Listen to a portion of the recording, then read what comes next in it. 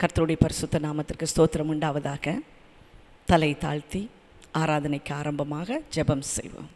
அன்பு தகப்பனே, கடந்த நாட்களெல்லாம் எங்களை கண்மணி போல பாதுகாத்தவரே உமக்கு ஸ்தோத்திரம் அப்பா.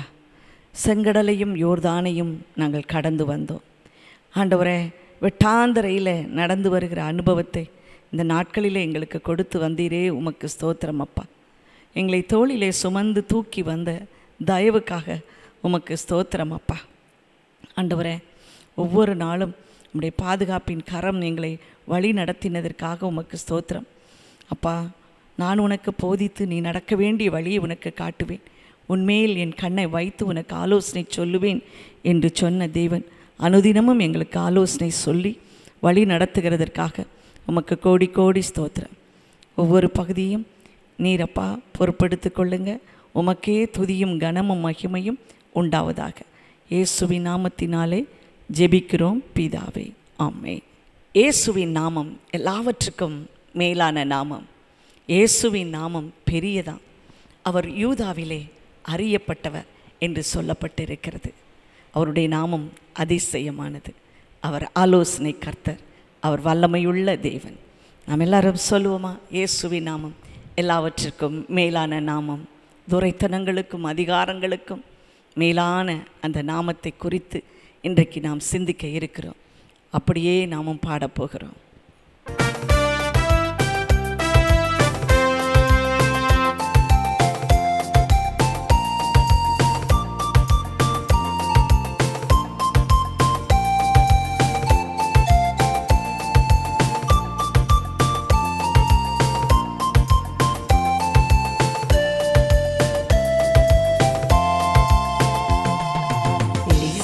நாமம் எல்லாவற்றிற்கும் மேலான நாமம்.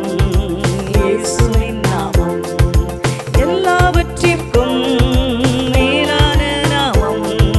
இயேசுவின் நாமம், இயேசுவின் நாமம், இயேசுவின் நாமம் எல்லாவற்றிற்கும் மேலான நாமம்.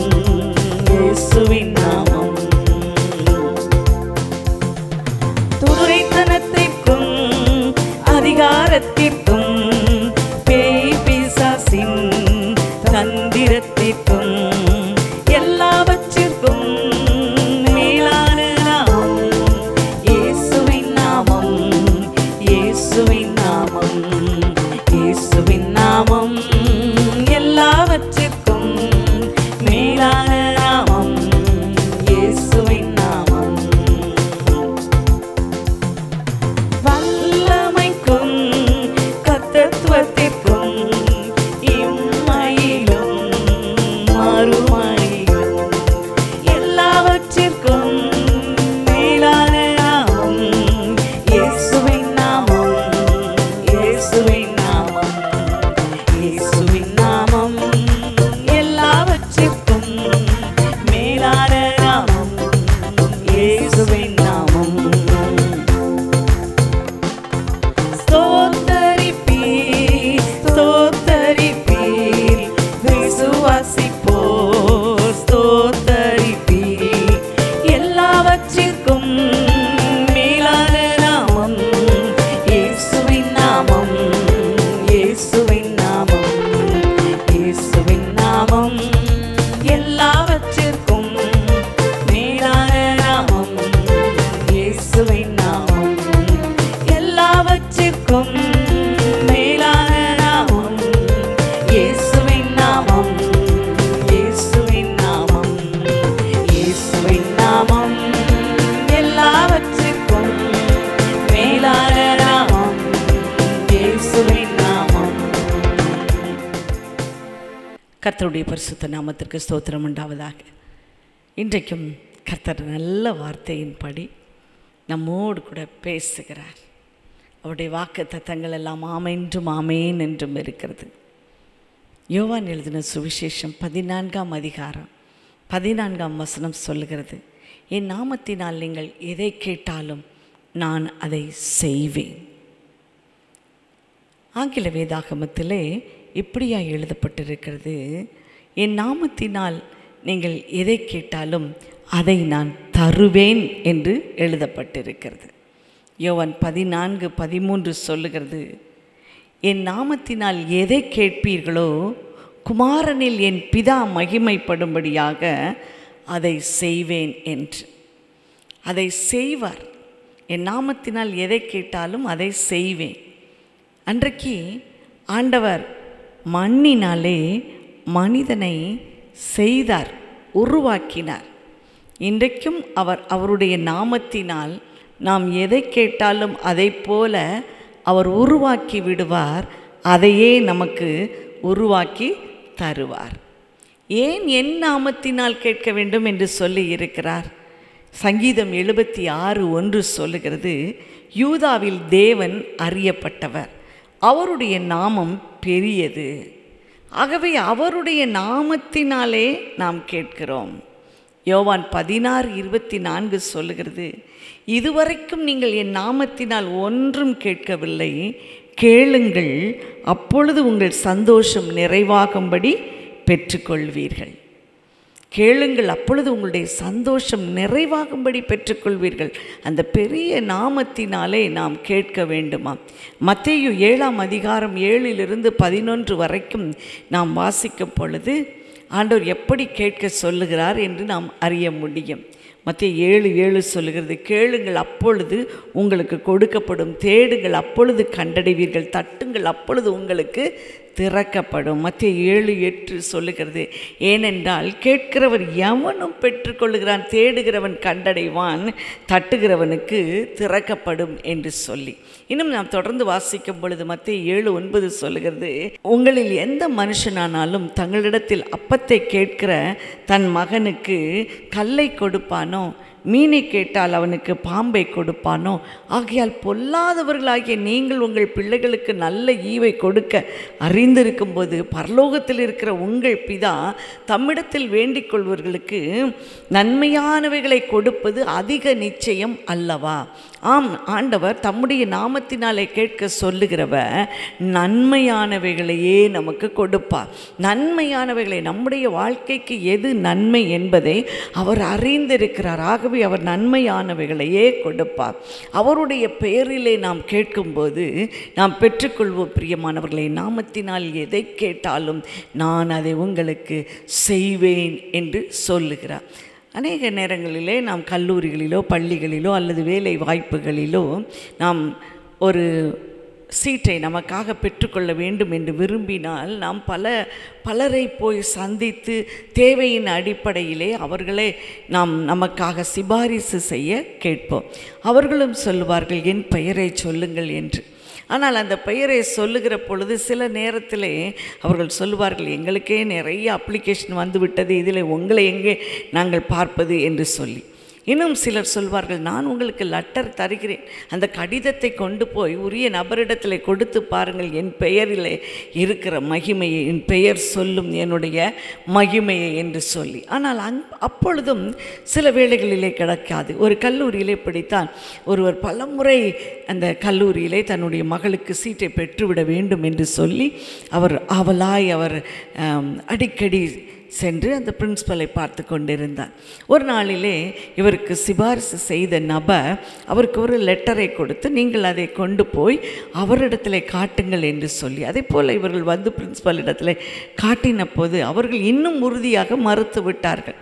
இவருக்கு ஏன் என்று புரியவில்லை. இவ்வளவு பெரிய ஆள், இவ்வளவு பெரிய ஒரு அமைச்சர் ஸ்டேட்டஸில் இருக்கிறவர்கள் கொடுத்தும் முடியவில்லையே என்று சொன்ன பொழுதுதான் சில நாட்கள் கழித்து தெரிந்தது, சிபாரிசு கடிதங்களை அநேகர் கொடுத்து விடுவார்கள், ஆனால் எதற்கு கொடுப்பது என்பதை குறித்து அவர்களுக்குள்ளே ஒரு ஒப்பந்தம் இருக்கும்.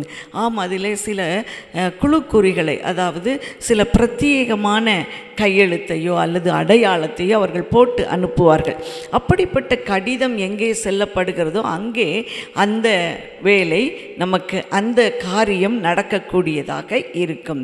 ஆனால் பாருங்கள், ஆண்டவர் அப்படியெல்லாம் விடவில்லை. அவர் ஒருவருக்கு ஒரு மாதிரி, இன்னொருவருக்கு ஒரு மாதிரி அல்லவே அல்ல. என் நாமத்தினால் நீங்கள் எதை கேட்டாலும் அதை நான் செய்வேன் என்று சொல்லுகிறார்.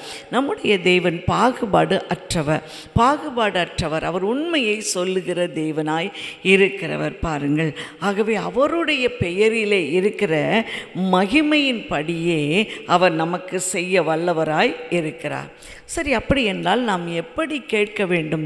என் நாமத்தினால் நீங்கள் எதை கேட்டாலும் எப்படி கேட்க வேண்டுமா? முதலாவது அவருடைய சித்தத்தின்படி கேட்க வேண்டும்.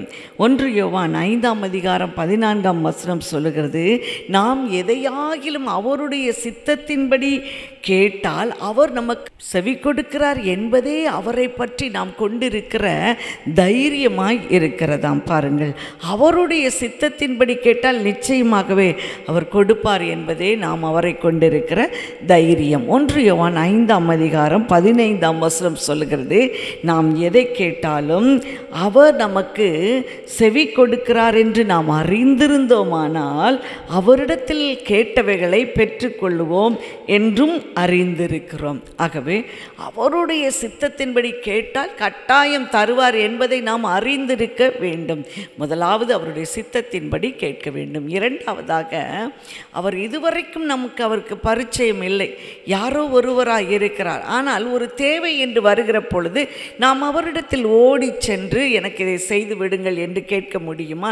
இல்லவே இல்லை. நாம் தேவ உறவிலே நாம் பலப்பட்டிருக்க வேண்டும். ஆண்டவரை நம்முடைய சொந்த தகப்பனாய், மணவாளனாய், சகோதரனாய் ஏற்றுக்கொண்டிருக்கும் போது நாம் அவருடைய சித்தத்தின்படி கேட்டால் அவர் நமக்கு செய்வார் என்பதே, அவர் நமக்கு செய்து முடிப்பார் என்பதே அவரை பற்றி நாம் கொண்டிருக்கிற தைரியமாய் இருக்கிறது. சரி, அப்படியானால் அவருடைய சித்தத்தின்படி நாம் கேட்கும்போது நமக்கு எவைகளையெல்லாம் அவர் கொடுக்கிறார்? இப்பொழுது பாருங்கள், அவருடைய சித்தத்தின்படி கேட்டால் நமக்கு கொடுப்பார். என் நாமத்தினால் எதை கேட்டாலும் அதை கொடுப்பார். இயேசு இந்த உலகத்தில் இருந்த பொழுது அவர் அவருடைய நாமத்தினாலே அதை செய்யவில்லை. அவர் சொன்னார், ஒரு சப்பானியை பார்த்து நீ எழுந்து நட என்று சொன்னால் அப்படி நடப்பான். ஒரு திமிர்வாதக்காரனை பார்த்து உன் படுக்கை எடுத்துக்கொண்டு நட என்று சொன்னால் அவன் நடப்பான். அப்பொழுது இயேசு நம்மோடு கூட இருந்தார், இந்த உலகத்திலே இருந்தார். ஆனால் அவர் பரத்துக்கு ஏறின பின்பு மற்றவர்கள் அவருடைய நாமத்தை கொண்டு காரியங்களை பெற்றுக்கொள்ள வேண்டும், அவருடைய நாமத்தின்படி நல்ல நன்மைகளை பெற்றுக்கொள்ள வேண்டும் என்று நமக்கு கற்றுக் கொடுக்கிறார். அவர் இந்த உலகத்தில் இல்லாத பொழுது அவர் தம்முடைய ஒரே ஆவியானவராகிய, பிதாவின் ஆவியானவராகிய பரிசுத்த ஆவியை நம்மேல் பொழிய பருளினார். அவருடைய பெயர் இயேசு. இயேசு என்ற நாமத்தினால் அனுப்பப்படுகிற பரிசுத்த ஆவியானவர் இன்றைக்கும் அவருடைய நாமத்தினால் நாம் கேட்கும் பொழுது எல்லாவற்றையும் செய்ய, அந்த பரிசுத்த ஆவியானவர் மூலமாய் செய்ய அவர் வல்லமை உடையவராக இருக்கிறார். ஆகவே தான் அவர் தைரியமாய் சொன்னார், கேளுங்கள் அப்பொழுது உங்களுடைய சந்தோஷம் நிறைவாகும்படி நீங்கள் பெற்றுக்கொள்வீர்கள், என்னுடைய சித்தத்தின்படி எவைகளை கேட்பீர்களோ அவைகளை நீங்கள் பெற்றுக்கொள்வீர்கள் என்று ஆண்டவர் நமக்கு சொல்லிக் கொடுக்கிறார். பிரியமானவர்களே, ஆம், அவருடைய நாமத்தை சொல்லணும்னா வேற ஒருவர் தான் அவருடைய நாமத்தை பயன்படுத்த முடியும். அவரே அவருடைய நாமத்துக்கு மகிமையை உண்டு பண்ணலாம், ஆனால் அவருடைய நாமத்தை இன்னொருவர் தான் பயன்படுத்த முடியும். ஆகவே தான் இந்த சீஷர்கள் எல்லாம் அவருடைய நாமத்தை அவர்கள் பயன்படுத்தினார்கள். எப்படி? அவர் இந்த உலகத்திலிருந்து அவர் பரலோகத்துக்கு சென்ற பின்பு அவருடைய நாமத்தை பயன்படுத்திய சீஷர்களை குறித்து நாம் வேதத்திலே வாசிக்கிறோம். பிரியமானவர்களே, முதலாவதாக ஆண்டவர் இந்த எதை கேட்டாலும் அப்படின்னு சொல்லி நாம் பெற்றுக்கொள்ளும் பொழுது அவர் எல்லாவற்றையும் கூட்டி வழங்க வல்லமை உடையவராக இருக்கிறார். நாம் கேட்டுக்கொண்ட காரியத்திலே அவர் அப்படியே செய்வார், கேளாத காரியத்தையும் அவர் செய்வார். அப்படி அவர் அவருடைய நாமத்தினால் நாம் கேட்டு பெற்றுக்கொள்ளும் பொழுது அவர் நமக்கு கொடுக்கிற பலன்கள் என்ன என்று பார்க்கும் பொழுது, முதலாவதாக ரட்சிப்பு என்பதை அவர் கூட்டி கொடுப்பார். இந்த நாமத்தினால் கேட்ட காரியத்தோடு கூட ரட்சிப்பையும் அவர் கூட்டி கொடுப்பார். அப்போஸ்தலர் 2:21 சொல்லுகிறது, அப்பொழுது கர்த்தருடைய நாமத்தை தொழுது கொள்ளுகிற எவனோ அவன் ரட்சிக்கப்படுவான் என்று தேவன் உரைத்திருக்கிறார்.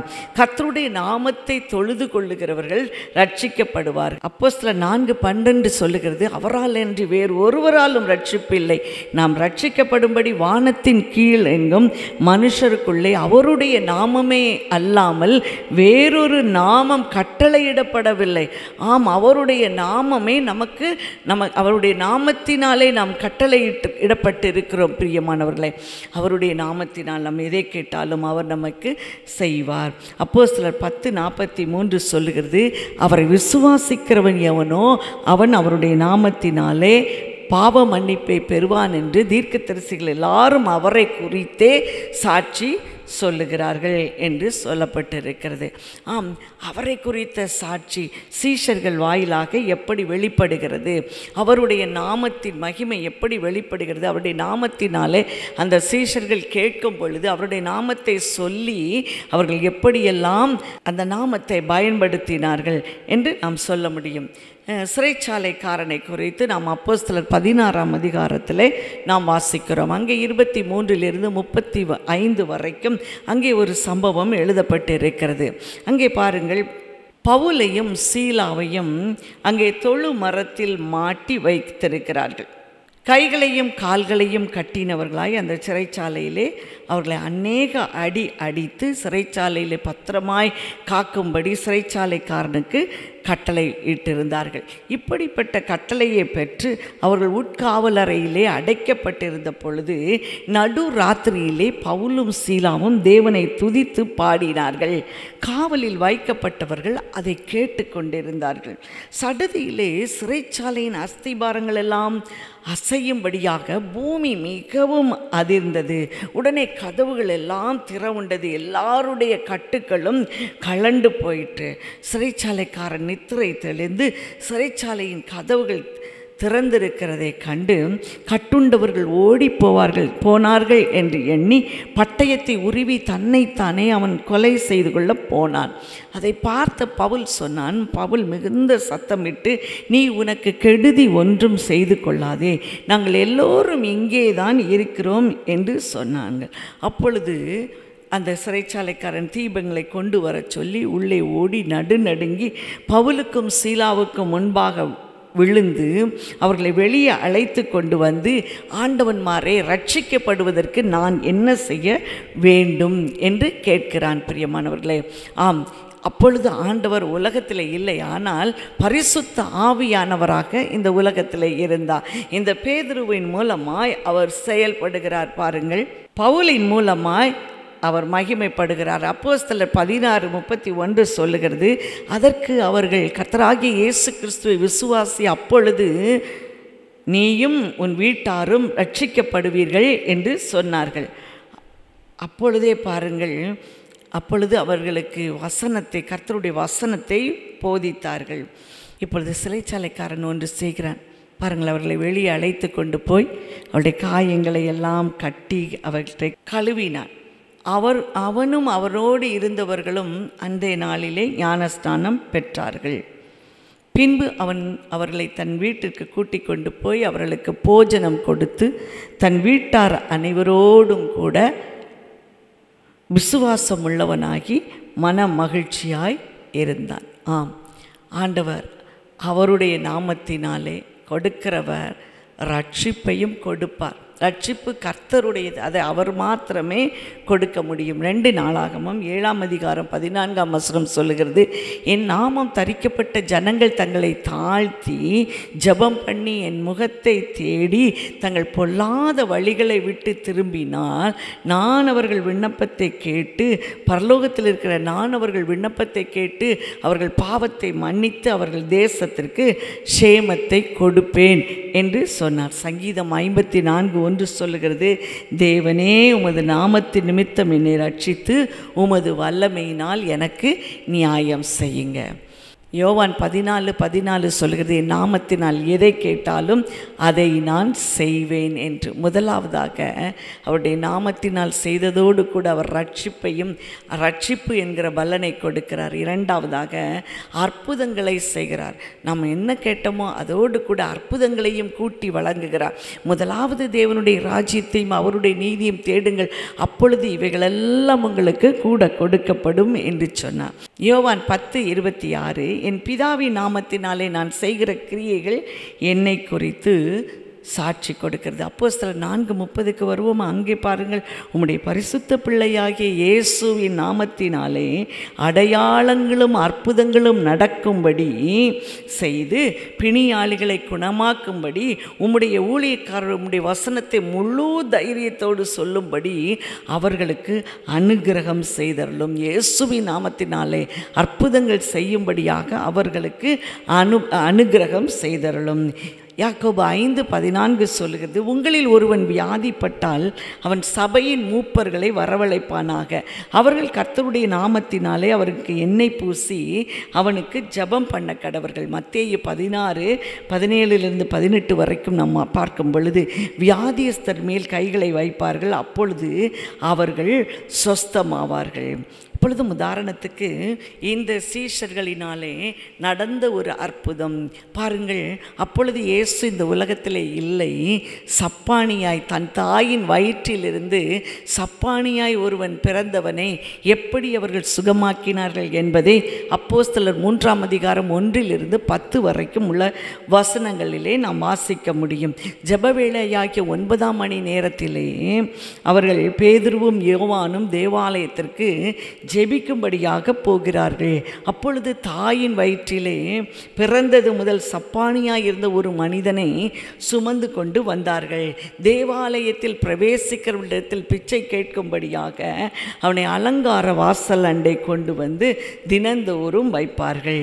தேவாலயத்திலே பிரசங்கிக்க போகிற பேதுருவையும் யோவானையும் அவன் கண்டு பிச்சை கேட்டான். அப்பொழுது பேதுருவும் யோவானும் அவனை உற்று பார்த்து, எங்களை நோக்கி பார் என்றார்கள். அவன் அவர்களிடத்தில் ஏதாகிலும் கிடைக்குமே என்று சொல்லி அவர்களை நோக்கி பார்த்தான். அப்போஸ்தலர் 3:6 சொல்லுகிறது, அப்பொழுது பேதுரு, வெள்ளியும் பொன்னும் என்னிடத்தில் இல்லை, என்னிடத்தில் உள்ளதை உனக்கு தருகிறேன், நசரேயனாகிய இயேசு கிறிஸ்துவின் நாமத்தினாலே நட என்று சொல்லி அவனுடைய வலது கையை பிடித்து தூக்கி விட்டான்.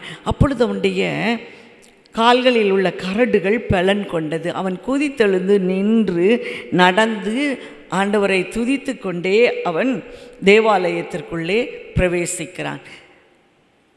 அவன் நடக்கிறதையும் தேவனை துதிக்கிறதையும் ஜனங்கள் எல்லாரும் கண்டு அவர்கள் அவனை பார்த்து சொல்லுகிறாள், தேவாலயத்திலே பிச்சை கேட்டுக்கொண்டிருந்தவன் இவன்தான் என்பதை அறிந்து அவனுக்கு சம்பவித்ததை குறித்து மிகவும் ஆச்சரியப்பட்டார்கள்.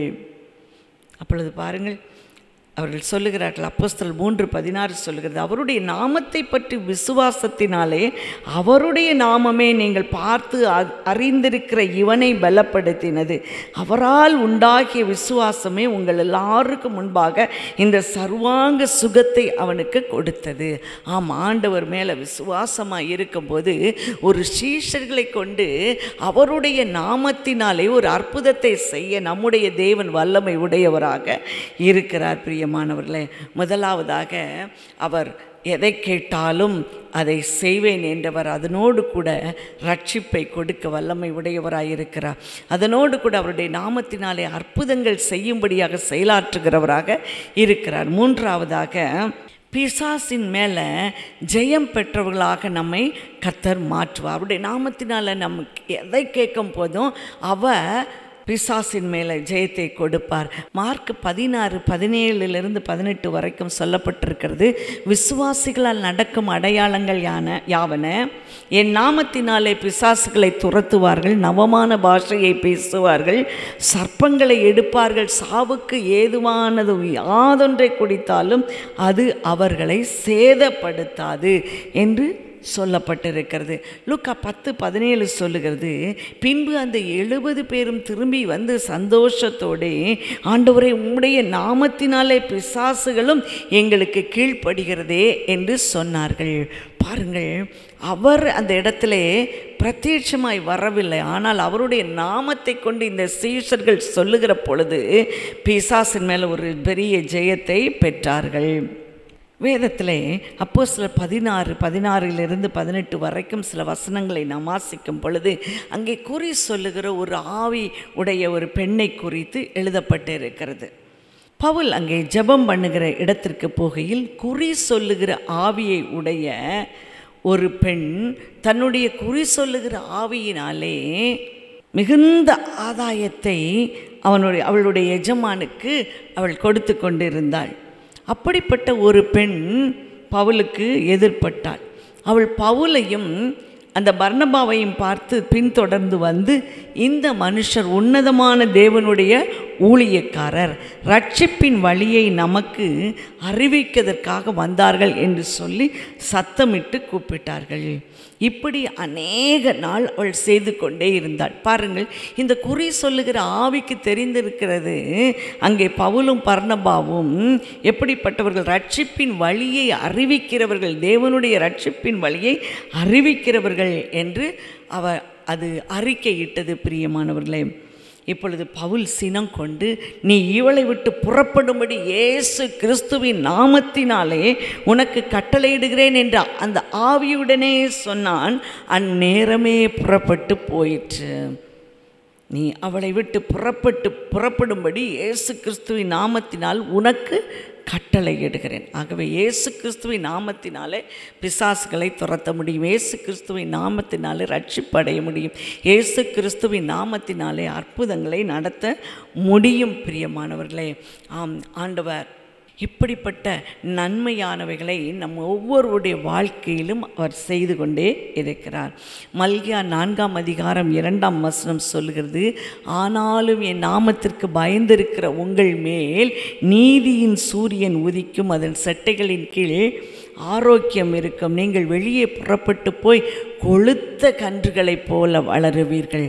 நாம் வெளியே புறப்பட்டு போய் கொழுத்த கன்றுகளைப் போல வளருவோமாம். அவருடைய நாமத்திற்கு பயந்திருக்கிற உங்கள் மேல் நீதியின் சூரியன் உதிக்கும் என்று சொல்லப்பட்டிருக்கிறது. பிரியமானவர்களே, ஆண்டவர் நம் ஒவ்வொருவரையும் அவருடைய நாமத்தினால் எதை கேட்டாலும் அவர் அதோடு கூட ரட்சிப்பையும் அற்புதங்களையும் மாத்திரமல்ல, பிசாசின் மேலே வெற்றியையும் அவர் கொடுக்க வல்லமை உடையவராய் இருக்கிறார். அவருடைய நாமம் அவ்வளவு பெரியது.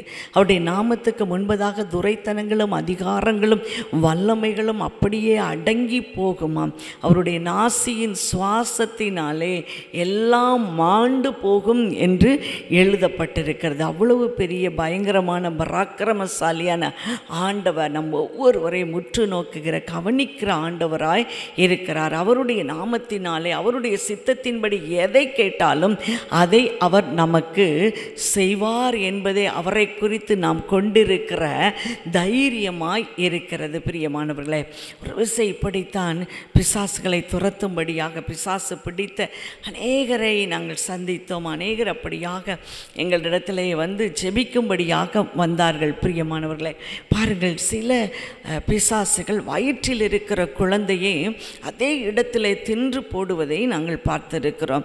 ஒரு சகோதரி எப்படித்தான் எப்பொழுதுமே அவர்களுக்கு வயிறு பெரிதாய் வீங்கி போயிருக்கும். இதனுடைய காரணம் என்ன தெரியுமா?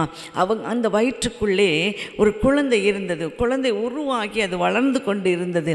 அப்பொழுது பிசாசானவன் பாருங்கள், அந்த குழந்தையை அதை கொன்று அந்த வயிற்றுக்குள்ளேயே வைத்து விட்டான். பாருங்கள், அந்த குழந்தையை வெளியே எடுக்க மருத்துவர்களால் இயலவில்லை. ஆகவே அவர்கள் சொன்னார்கள், இந்த குழந்தை இப்படியே வளரட்டும் என்று சொல்லி அவர்கள் விட்டு விட்டார்கள்.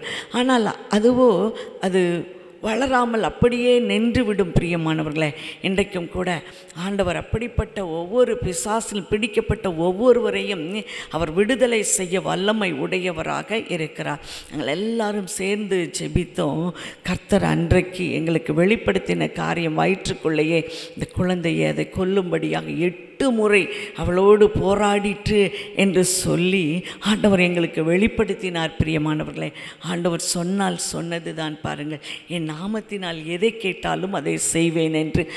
அந்த மகளுக்காக நாங்கள் ஜெபித்தோம். ஆண்டவர் எல்லாரையும் ஜெபிக்கும்படியாக உற்சாகப்படுத்தினார். அந்த நாளிலே ஒரு அற்புதத்தை நாங்கள் ருசி பார்க்கும்படியாக கர்த்தர் செய்தார். பிரியமானவர்களே, இப்படித்தான் ஆண்டவருடைய நாமத்தினாலே எதை கேட்டாலும் அதை தருவேன் என்று சொல்லி இருக்கிறார். இன்றைக்கு உங்கள் வாழ்க்கையில் குழந்தை இல்லையோ, நீங்கள் சொல்லி பாருங்கள், ஆண்டவரை உம்முடைய நாமத்தினாலே கேட்கிறோம், எனக்கு ஒரு குழந்தையை கொடுங்க. வேலை இல்லையோ, ஆண்டவரிடத்தில் கேளுங்கள். ஆண்டவரை இயேசு என்ற நாமத்தினாலே கேட்கிறோம். அன்றைக்கு சீஷர்கள் அந்த நாமத்தை வைத்து சொல்லியே ரட்சிப்பையும் அற்புதங்களையும் அப்படியே பிசாசினை துரத்துகிற அதிகாரத்தையும் அவர்கள் பெற்றார்களே, இப்பொழுதும் எங்களுக்கு அப்படியே கர்த்தர் செய்யும்படியாக நாங்கள் விரும்புகிறோம் அப்பா. இப்படி கேட்கிற ஒவ்வொருவரையும் இன்றைக்கு கர்த்தர் தம்முடைய நாமத்தை சொல்லி கூப்பிட சொல்லி இருக்கிறார். உங்களுக்கு குழந்தை இல்லையோ ஆண்டவரை பார்த்து சொல்லுங்கள், இயேசுவே உம்முடைய நாமத்தினாலே எங்களுக்கு ஒரு குழந்தை உண்டாகட்டும், எங்களுடைய வாழ்க்கையிலே பரம்பரை உண்டாகட்டும், உன்னுடைய சந்ததியின் மேல் என் ஆவி, உன் சந்தானத்தின் மேல் உன் ஆசீர்வாதத்தை ஊற்றுவேன் என்று சொன்ன தேவன் நீர் அப்படியே செய்வீராக தகப்பனே. ஆண்டவரே அப்படியாய் அப்பா, அவருடைய உம்முடைய நாமத்தினால் எதை கேட்டாலும், இன்றைக்கும் இதை பார்த்து கொண்டிருக்கிற கேட்டுக்கொண்டிருக்கிற ஒவ்வொருவரும் எதை கேட்டாலும் அதை நீர் செய்வீரப்பா. நீ கட்டாயம் செய்து அவர்களை கனப்படுத்துவீர் என்று நாங்கள் சொல்லி விசுவாசிக்கிறோம் அப்பா. ஒவ்வொருவருக்கும் ஒரு புதிய நம்பிக்கை, அவருடைய நாமத்தின் மேலே விசுவாசம் வைத்தால் போதும், இவைகளை எல்லாம் அவர் கூட கொடுத்து விடுவார். அன்பு தகப்பனே, ஆண்டவரே நீர் சொன்ன ஒவ்வொரு காரியங்களுக்கு, நீ பேசின ஒவ்வொரு காரியங்களுக்காகவும் நன்றி செலுத்துகிறோம் அப்பா. பேசுகிறவர் நீங்கள் அல்ல, ஆவியானவர் உங்களிலிருந்து பேசுவார் என்ற வார்த்தை அப்படியே பலித்ததற்காக உமக்கு ஸ்தோத்திரம் ஸ்தோத்திரம் ஸ்தோத்திரம் அப்பா. அல்லேலூயா. ஆண்டவரே இதை கேட்டுக்கொண்டிருக்கிற ஒவ்வொரு வெறுமையாய் போகாதபடிக்கு இப்பொழுதே அந்த அற்புதத்தை செய்யும்படியாய் செபிக்கிறோம் அப்பா.